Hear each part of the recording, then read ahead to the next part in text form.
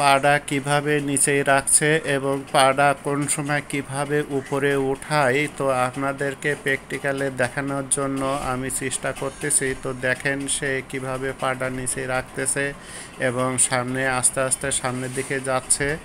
আবার দেখেন এই যে আরেকজন আসলো, তো কিভাবে তারা আপনার এই যে রাইডিংগুলো করতেছে জ্যামের ভিতরে। হ্যালো বাইকার বন্ধুরা, আপনাদেরকে জানাই আন্তরিক শুভেচ্ছা অভিনন্দন। চলে এলাম নতুন একটি ভিডিও নিয়ে। তো ভিডিওটি যদি আপনাদের একটু হলেও ভালো লাগে, ভিডিওটিতে লাইক দিতে ভুলবেন না। আর যারা চ্যানেলটি এখনও সাবস্ক্রাইব করেননি, চ্যানেলটি সাবস্ক্রাইব করে বেল বাটনটি অল করে দিবেন। আর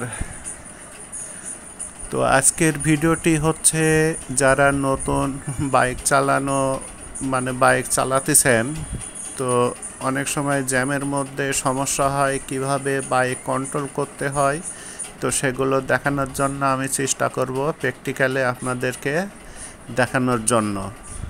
তো এই ধরনের জ্যামের মধ্যে নিয়ে আমি আপনাদেরকে দেখাবো। দেখেন, তো নতুন নতুন যারা বাইক চালায় তাদের একটু সমস্যা হয়, কিভাবে কন্ট্রোল করতে হয়, কিভাবে ব্যালেন্স রাখতে হয়।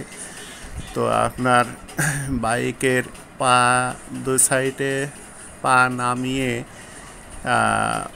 আপনার মনে করেন হাতের অ্যাক্সিলারেটরের মাধ্যমে বাইকটা মোড়া অ্যাক্সিলারেটর মোড়া দিলে বাইক চলতে থাকে। তো পা দুই সাইডে নামায় দিয়ে বা বাম সাইডের পা নামায় ডান সাইডের পা ব্রেক লিভারে রেখে তো বাইক চালানো যায়, কোনো সমস্যা হয় না। তো নতুনদের জন্য খুব একটু সমস্যা হয়।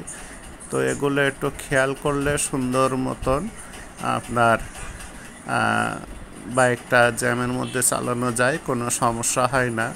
তো এই ধরনের ভিডিও আমি আরও দেবো। তো দেখেন এখানে আমি আপনাদের দেখানোর জন্য চেষ্টা করতেছি, সামনে জ্যাম আছে। তো চলেন সামনে যাই, আগাই।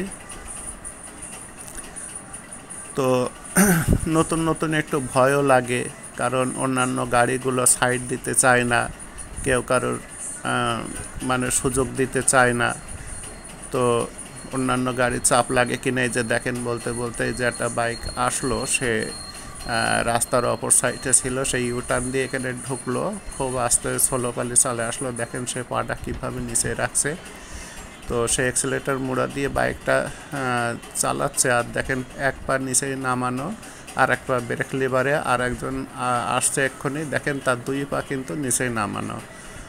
তো দুই পা নিচে নামানো, এই যে অ্যাক্সিলারেটর মোড়া দিতেছে, আর ওই যে মনে করেন সামনের দিকে যাচ্ছে। তো অ্যাক্সিলারেটর মোড়া দিচ্ছে, শুধু তাই না, আপনার এই আস্তে আস্তে যাওয়ার কারণে সে কিন্তু ক্লাচ করে রাখছে, ফুল ক্লাচ করছে এবং আস্তে আস্তে ক্লাচটা ছাড়তেছে আর অ্যাক্সিলারেটরটা বুড়া দিতেছে, আর এইভাবে সে আস্তে আস্তে সামনের দিকে তো যাচ্ছে।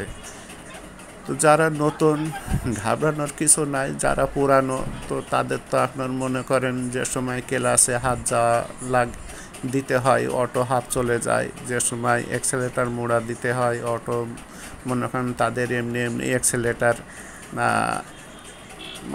তাদের তো সব কিছু ইজি হয়ে গেছে, কোনো সমস্যা হয় না। তো যে সময় যে কাজটা করতে হয় ঠিক সেই সময় সেই কাজটা অটো হয়ে যায়। তো এগুলো চালাইতে চালাইতে অভ্যস্ত যারা হয়ে গেছে তো হয়েই গেছে। আর যারা নতুন, তো তাদের একটু সমস্যা হইলেও তারা কিছুদিন যখন বাইক চালাবে, যারা নতুন আপনারা কিছুদিন চালাবেন, তখন কিন্তু আপনারাও এরকম এক্সপার্ট হয়ে যাবেন। তো আপনাদের কিন্তু তখন আবার আপনারাই আর একজনের বুঝাবেন, শেখাবেন। তো বন্ধুরা, আপনারা আপনাদের মূল্যবান সময় দিয়ে আমার এই ভিডিওটি দেখেছেন, তার জন্য আপনাদেরকে আন্তরিক অভিনন্দন, শুভেচ্ছা জানাই। আমার জন্য দোয়া করবেন, আমিও আপনাদের জন্য দোয়া করব। তো ভিডিওটি এখানেই শেষ করছি।